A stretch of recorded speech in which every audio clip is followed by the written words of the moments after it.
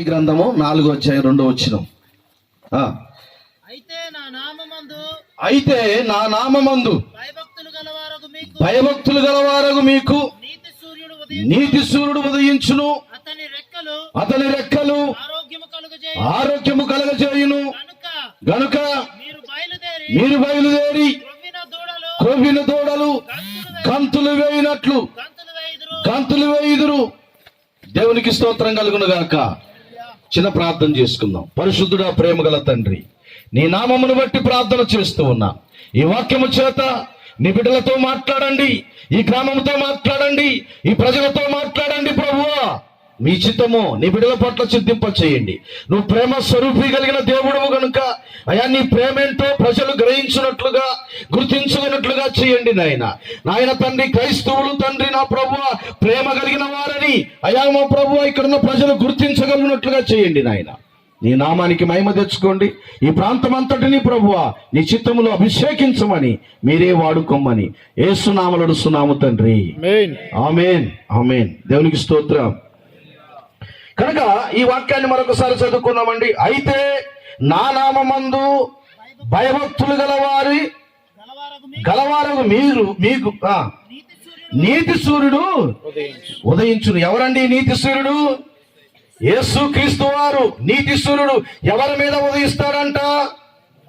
దేవుని యందు భయభక్తులు గల వారి మీద ఆయన నీతి సూర్యుడనే దేవుడు ఉదయించును అని వాక్యం ఉంది. అంటే ఉదయించును అంటే అర్థం ఏంటంటే నీ మీద ఆయన యొక్క ఎలుగు వచ్చునుగాక అని అర్థం. దేవునికి స్తోత్ర. ఎవరైతే దేవుని యందు భయభక్తులు కలిగి ఉంటారో వారికి దేవుని ఎలుగు వారి మీదకి వస్తుంది. దేవునికి స్తోత్ర. దేవుని యందు భయం కలిగి ఉండాలి, దేవుని యందు భక్తి కలిగి ఉండాలి. ఏమండి, బైబిల్ పట్టుకొని పోతాము, ఏమండి చర్చిలో పోయినప్పుడు ఎంత భయంగా ఉంటాము, కానీ ఇంట్లోకి వచ్చినప్పుడు మరలా ఏమండి కొంతమంది కొన్ని ప్రాంతంలో ఏమంటారంటే రగద్దూలి అంటారు. ఏంటండి, కొన్ని ప్రాంతంలో వాడుతుంటారు. పశ్చిమ గోదావరి సైడ్లో వాడుతుంటారు. రగద్దూలి అంటే అర్థం ఏంటంటే గొడవ ఇంట్లో. ఏమండి, అది రగద్దులు అంటే గొడవ అనమాట. అలా మాట్లాడతారనమాట.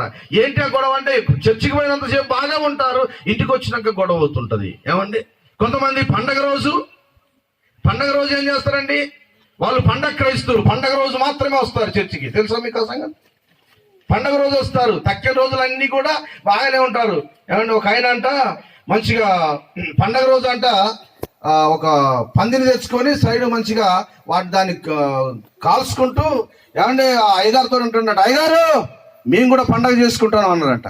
మీరేం పండగ చేసుకుంటారంటే మాది క్రిస్మస్ పండగ కదా అంటే, అట్ట అయ్యగారు మేము మాత్రం కిస్మిస్ పండగ చేసుకుంటాను అన్నారంట. ఏ పండగ అండి? కిస్మిస్ పండగ అంట. కిస్మిస్ పండగ చేసుకుంటారు. ఓహో, మీరు కిస్మిస్ పండగ చేసుకుంటారా, మీ క్రిస్మస్ పండగ చేసుకుంటాను అని అయ్యగారు అన్నట. అయితే మళ్ళీ అయ్యగారు అన్నట, కిస్మిస్ పండగ అంటే ఏంటో తెలుసా మీకు అన్నాడంట. అంటే మాకు తెలియదు అయ్యగారు, దానికి అర్థం తెలియదు అన్నట. నేను చెప్తూ వింటారంటే చెప్పండి వింటామంటే, కిస్ అంటే ముద్దు. ఏంటండి? కిస్ అంటే ముద్దు. కిస్సు మిస్ అంటే ఏంటి? తప్పిపోయింది అని అర్థం. ఏంటండి, కిస్ ఏమైంది? మిస్ అయింది అంటే తప్పిపోయింది అని అర్థం. అంటే కిస్సు మిస్ అయిపోయింది అంటే దేవుడు ఈ రోజు మిమ్మల్ని ముద్దాడాలని ఇచ్చారు కానీ మీరు మిస్ అయిపోయారు. దీనికి ఎంత అర్థం ఉందా? అంతే ఉంటుంది. మరి దేవునికి స్తోత్రం కలుగును గాక.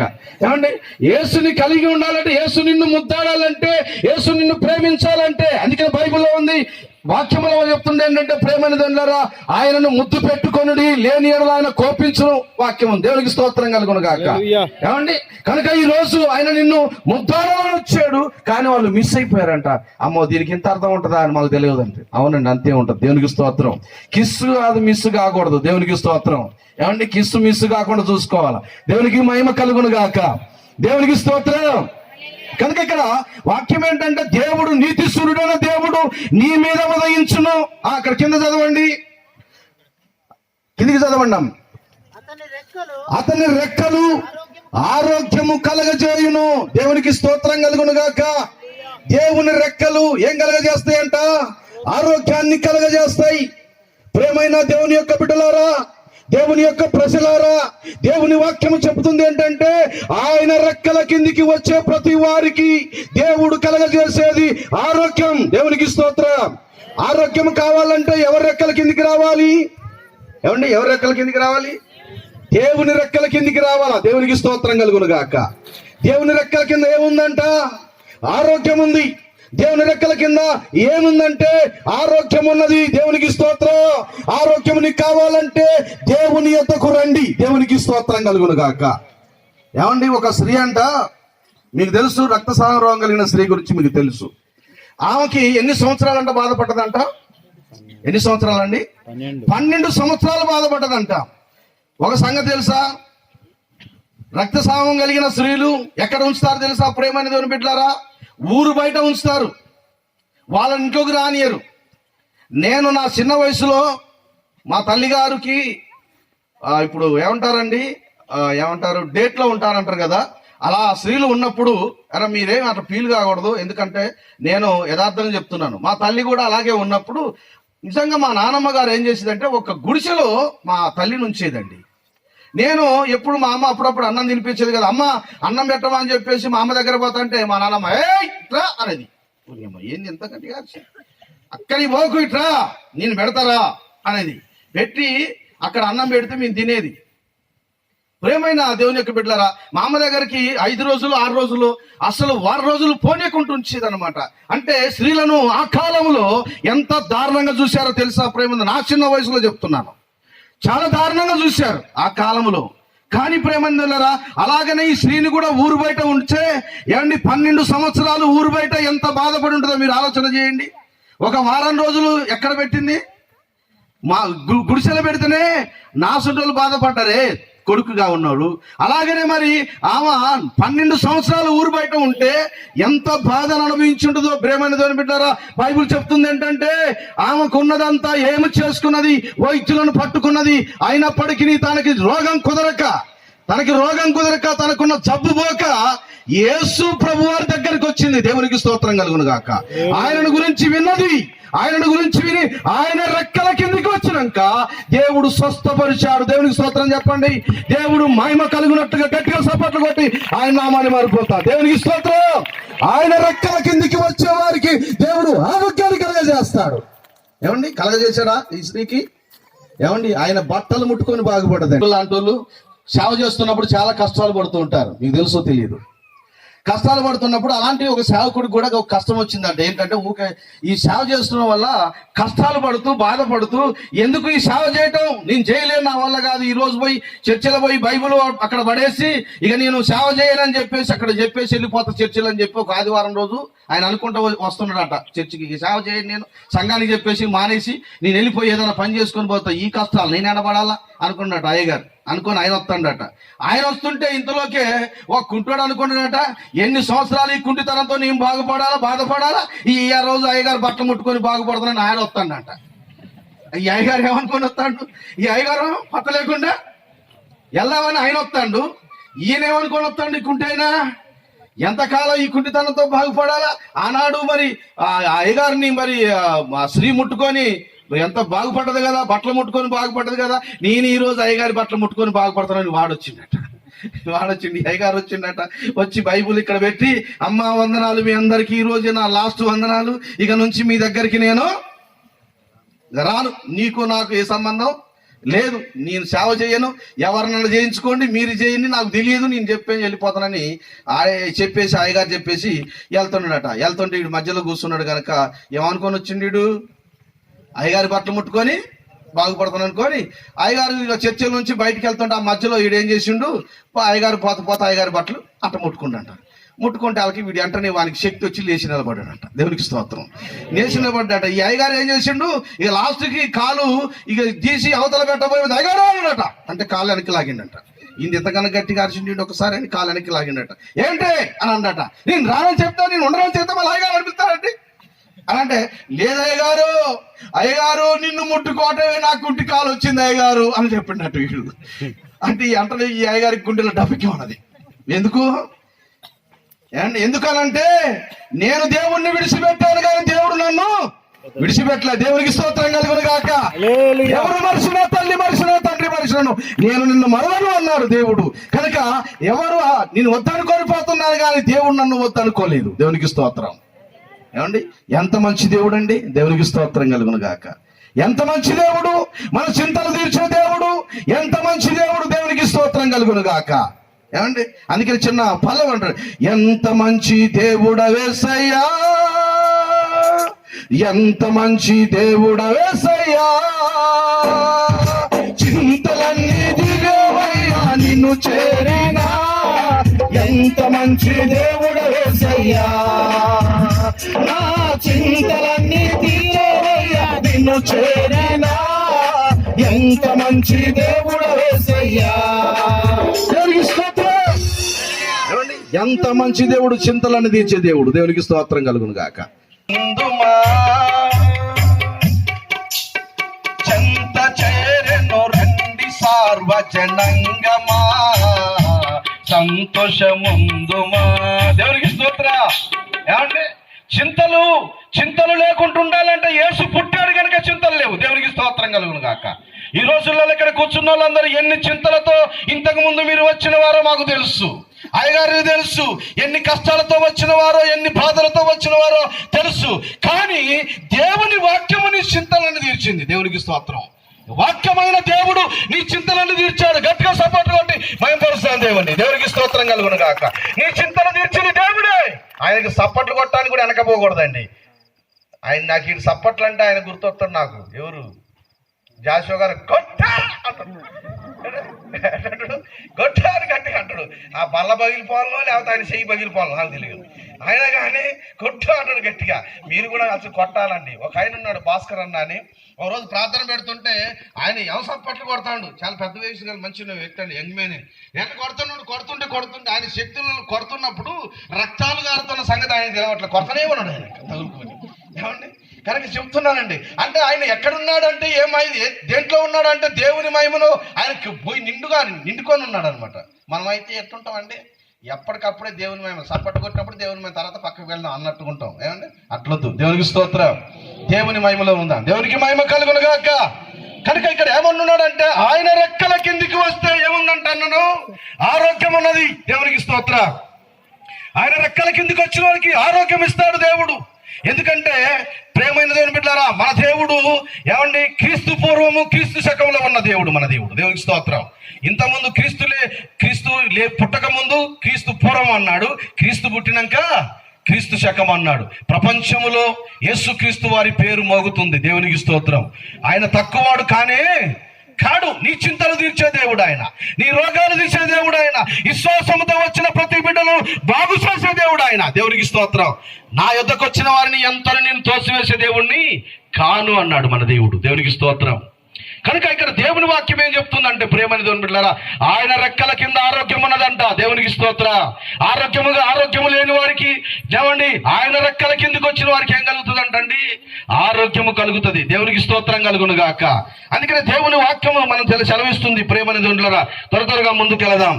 నీవు చేసిన దానికి ప్రతిఫలం ఇచ్చును ఇశ్రాయేలీయుల దేవుడైన యెహోవా రెక్కల కింద సురక్షితముగా ఉందువు. దేవునికి స్తోత్రం చెప్పండి.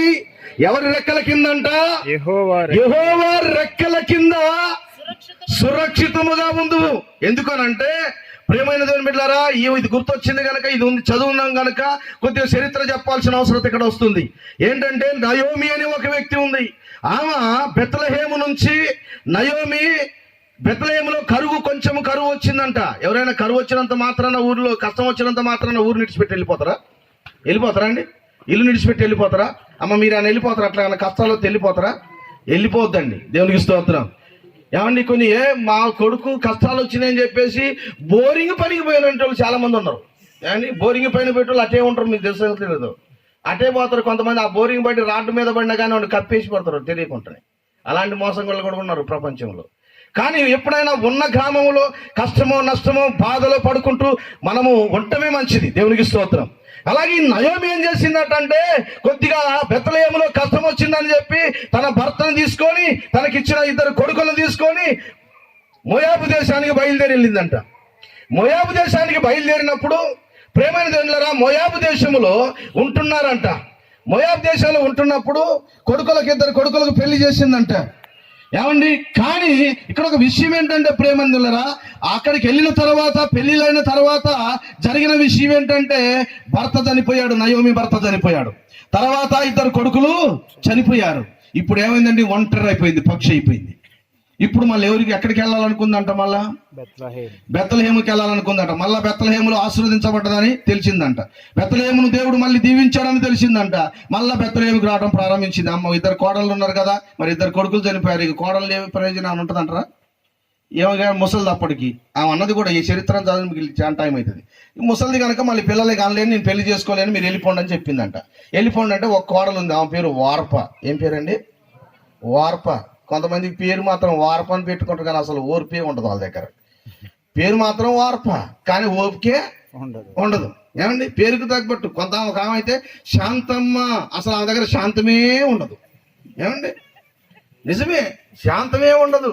బాగా హడావుడి చేస్తుంటారు, పేరుకు తగ్గట్టు అసలే ఉండరండి. చాలా మంది పేరుకు ఆపోజిట్గా బతుకుతుంటారు. ఏమండి, కనుక ఇట్లాగనే వార్ప అని పేరు పెట్టిన ఆ వార్ప ఏం చేసింది, మంచిది అని వెళ్ళిపోండి, ఎటోళ్ళంటే వెళ్ళిపోండి, పోయి మీరు పెళ్ళిళ్ళు చేసుకోండి అంటే వార్పు పోయిందంట. ఆ అత్తయ్యని మంచిగా నొస్తున్న పోయి ఒక ముద్దు పెట్టుకొని బాగా అత్తగారు అన్నదంట, కొత్త లేకుండా పోయిందా. ఏమండి, ఇంకొక ఆమె ఉంది, ఆమె పేరు రూతు.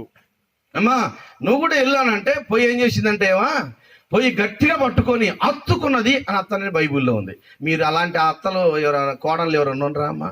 మీ అత్తల్ని పొద్దున్న లేచి మంచిగా అత్తుకొని ప్రేమించి అమ్మ ఏమైనా గాలను చూసుకుంటూ వాళ్ళు ఉన్నారా? ఏమండి, ఈ రోజులలో ముసలోనే పక్కకు పడేస్తున్నారు చాలా మంది. భక్తులారా, యేసయ్య ఇంచేపు చెప్పాడుగా, క్రియలేని విశ్వాసం మృతం. మరి మీ అత్తల్ని ప్రేమించకపోతే, మీ మామల్ని ప్రేమించకపోతే బాగుండదు. మా ఊర్లో బొజ్జుగుప్పలో ఒక ఆమె ఉంది. ఆమె ఇంతవరకు పెళ్ళైన కానించి మామయ్య అత్తమ్మ అని నోటారు ఎప్పుడు పిలవలేదంట. వాళ్ళ బాధ అంతా అది. నేను పోయినప్పుడల్లా చెప్తుంటారు, ఆమె పేరు మౌనిక. ఏమండి, ఆమెకి పేరు మాత్రం మౌనిక, కానీ నేను అన్నాను, వాళ్ళు చెప్తుంటే ఇద్దరు కలిసి చెప్తున్నారు నాకు. చెప్తుంటే ఆమె లేదు ఒక రోజు, లేకపోతే నాకు చెప్తుంటే నేను అన్నాను, అయ్యా మీ కోడల పేరు ఏంటి అంటే మౌనిక. అంటే మరి పేరు దగ్గర అర్థం చేసుకోండి మీరు, ఆమె పేరే మౌనిక, మౌనంగా ఉంటుంది, ఏం మాట్లాడదు అనుకోండి. స్తోత్రం, ఆమె పేరే మౌనిక, ఇంకేం మౌనంగా ఉంటది కానీ ఇంకేం మాట్లాడుతుంది అని అన్నా. అయ్యగారు అట్ట చెప్తారు అన్నాడు. మరి అట్ట చెప్పాలి నేను మరి ఆమె పిల్లడానికి.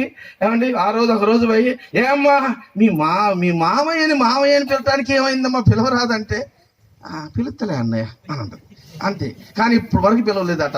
ఆమె బాధ అదే, పిల్లల్ని నేనే చూడాలా, పిల్లల్ని ఎత్తుకోవాలా, నేను కడగాల, అన్ని చేయాలా నేను, కానీ నన్ను అత్తమ్మ అని పిలవట్లేదని ఆమె బాధ. ఈ రోజులలో ఎంత బాధలు పడుతున్నా కానీ అత్తల్ని ప్రేమించే కోడళ్ళు ఏమండి ఉండాలా వద్దా, పిలవాలా వద్దా? మంచిది, అత్తమ్మ ముద్ద పెట్టాలా, ఏం కావాలమ్మా అనేటోళ్ళు ఉన్నారా? రేపు మీకు బెటర్ తల్లే ఏంటన్నమాట, తాతకు పెట్టిన బొచ్చ అంట తలాపుణ్యం ఉందంట, గుర్తుందా? ఎక్కడ ఉంటుందంట అది, తాతకు పెట్టిన బొచ్చ తలాపుణ్యం. మనం ఏం చేస్తామో అదే చేయబడతాంట. బైబుల్ అదే ఉంది, మీరు ఎట్టి కొలతలతో కొలుతురో అట్టి కొలతలు మీకు కొలబడు మరి ఎక్కువగా ఇవ్వబడును బైబిల్లో ఉంది. కనుక మీరు ఏ కొలతలు కొడితే అదే కొలతలు మీకు కొడతారు. రేపు మీ అత్తకు మా అత్తకి మాకు ఒక ముద్దనం పెట్టపోయారు అనుకో, మీకు వచ్చే కోడళ్ళు కూడా అట్లాంటిలో దొరుకుతారు, గుర్తుపెట్టుకోండి. ఏమండి, దేవునికి స్తోత్రం. కనుక జాగ్రత్త. ఏమండి, అట్లాంటి కోడళ్ళే దొరుకుతారు. చాలా మంది అలాంటి కోడళ్ళు ఉంటారు. మంచిగా ప్రేమించే కోడలు ఉండాలి ఎవరికైనా. నిజంగా అలాగా నువ్వు కూడా ప్రేమిస్తే మంచిగా నిన్ను ప్రేమించే కోడలు దొరుకుతాయి. దేవునికి స్తోత్రం కలుగును గాక. ఏమండి, కనుక నువ్వు చెయ్యాలి. ఓ రోజు అంట తల్లిదండ్రులను విడిచి, వాళ్ళు కొంచెం వయసుకున్నప్పుడు తల్లిదండ్రులను విడిచి కొడుకు ఏం చేసినట్ట, దూర పట్టణానికి వెళ్ళాడంట ఉద్యోగం నిమిత్తం. వెళ్ళి బిడ్డనే తండ్రి తన యొక్క భార్యను తీసుకొని వెళ్ళినాక అక్కడ ఒక కొడుకు పుట్టాడంట ఆయనకి. కొడుకు పుట్టినాక ప్రేమైన దేవుని బిడ్డారా, ఆ కొడుకు పుట్టిన తర్వాత ఈయన ముసలోడు అయిపోయాడు కనుక ఈ యొక్క ముసలైన, నా భార్య చనిపోయినా రాలేదు, తల్లి చనిపోయినా రాలేదు, అయినా రాకపోయేటాలకి మా తండ్రి ఏం చేసినట్టు అడ్రస్ పట్టుకొని దేవులాడుకుంటూ వెళ్ళాడంట. కొడుకు దగ్గరికి వెళ్తే దొరికాడంట. పోయినాక ఆ పక్కన ఒక మూలన ఒక రేకుల షెడ్డు పడేశారంట. ఆయన్ని పడేసి ఒక తెల్ల గిన్నె, ఒక తెల్ల చెంబు, ఏంటండి ఏం చెంబు, తెల్ల గిన్నె తెల్ల చెంబు కొని వాళ్ళకి ఇచ్చారంట. ఇచ్చినాక ఆ తెల్ల చెంబు రెండు దాంట్లోనే అన్నం పెట్టాలి. రోజు తీసుకుపోయి ఆ కోడలు ఏం చేస్తే, ఎక్కడ పెట్టావు గిన్నెదే అని చెప్పి అలా వేయటం, ఎత్తి ఈయన తీసుకొని తినటం. అలా జరుగుతుంటే ఈ కొడుకు రోజు చూస్తాడట. ఏం చూస్తాడు, వాళ్ళు చేసే పని అంతా కొడుకు చూస్తాడట, చెంబులో నీళ్లు పోయటం అట. చూస్తుంటే ఒక రోజు ఏం చేసిండట, ఈ గిన్నె కనపడతా లేదు, చెంపు కనపడతా లేదు. ఎక్కడ పోయినా గిన్నె చెంపు ఏమైందని చెప్పి ముసలోన్ని ఇద్దరు కలిసి దబాయిస్తారు. కొడుకు కోడలు ఇద్దరు కలిసి దబాయిస్తుంటే, అయ్యా నాకు తెలియదు అయ్యా గిన్నె ఆడబోయిందో నాకు తెలియదు అయ్యా అంటే వాళ్ళకి కొట్టడానికి పోతుంటే, నాన్న నా కొట్టొద్దు తాతయ్యని కొట్టొద్దు అన్నట్ట. ఏంట్రా ఎందుకు కొట్టొద్దురా, గిన్నె లేదు చెంపు లేదురా, కొనుక్కొచ్చిన లేవు, రెండు పోయినారంటే అవి నేనే దాచిపెట్టినాను అన్నట. ఎందుకురా ఈ ముసలోని ఎందుకు దాచిపెట్టినానంటే రేపు నీకు పెడదామని అన్నట్టు. ఏంటండి, రేపు దాంట్లో నీకు భోజనం పెడదామని దాచిపెట్టిన అన్నట. అందుకే నీ తాతకు బొచ్చిని పెట్టిన తలాపన బొచ్చ ఎక్కడుంది అంటే అక్కడే ఉంటది. కనుక మీరు మంచిగా అత్తామామని ప్రేమిస్తే రేపు మిమ్మల్ని ప్రేమించేవారు ఉంటారు. దేవునికి స్తోత్రం. అలాగనే ఏమేం చేసిందంటే అత్త కోసం ఏమన్నది, నీ దేవుడే నా దేవుడు, నీ జనమే నా జనము, నువ్వు ఎక్కడ సమాధి నిన్ను చేస్తారో నన్ను కూడా ఎక్కడ చేయాలి అన్నదంట. అలాంటి కోడలు ఈ రోజులలో ఉంటే వారు ధన్యులండి. దేవునికి స్తోత్రం కలుగును గాక. అతన్ని ప్రేమించే కోడళ్ళు ఉంటే దేవుడు వారిని బహుగా దీవిస్తాడు. దేవునికి స్తోత్రం.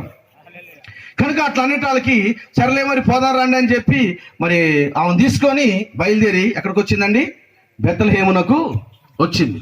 బెత్లెహేమునకు వచ్చినాక బెత్లెహేములో ప్రేమైన దేవుని బిడ్డలారా, ఆ బెత్లెహేములో మరి అత్తగారిని ఒక ఇంట్లో పెట్టి ఏమేం చేసింది, వాళ్ళకున్న ఇల్లు పెట్టి ఏమేం చేసిందంటే పరిగేరుకోవటానికి పోయింది. పరిగేరి సంపాదించి పెట్టేటోళ్ళు ఎవరన్నా ఉంటారంటవా?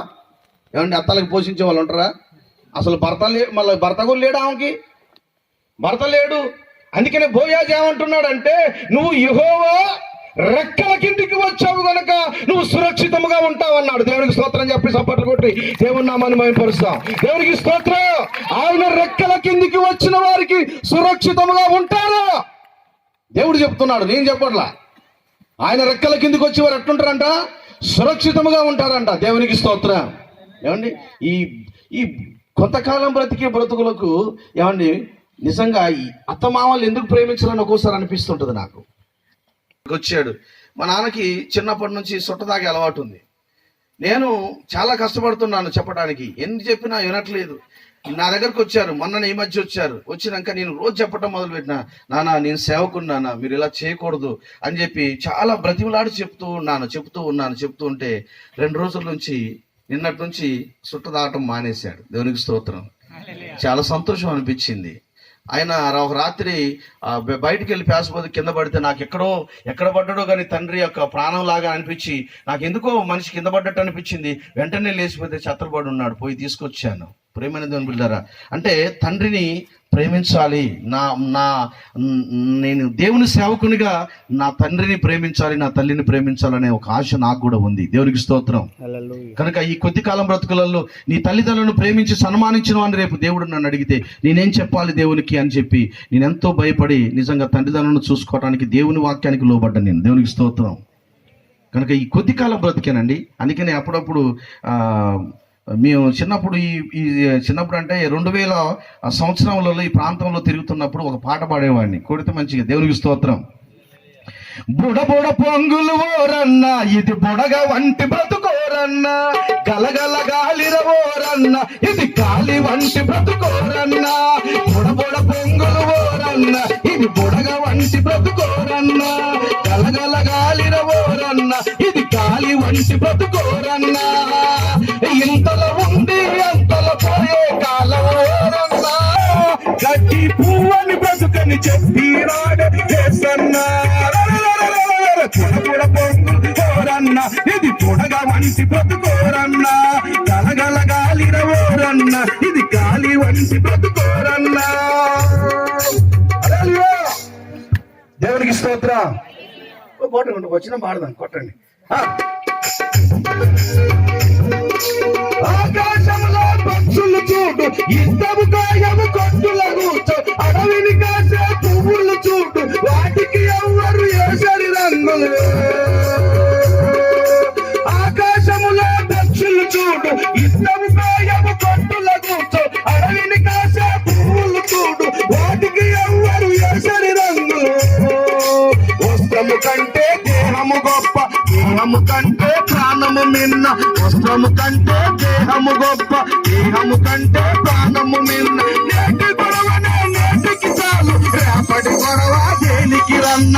నేటి గొడవనే నేటికి చాలు, రేపటి గొడవ దేనికి అక్క. ఎంతల ఉండి ఎంతల పోయే కాల ఓరన్నా, గట్టి పువ్వని బ్రతుక బ్రతకని చెప్పినాడు యేసన్నా.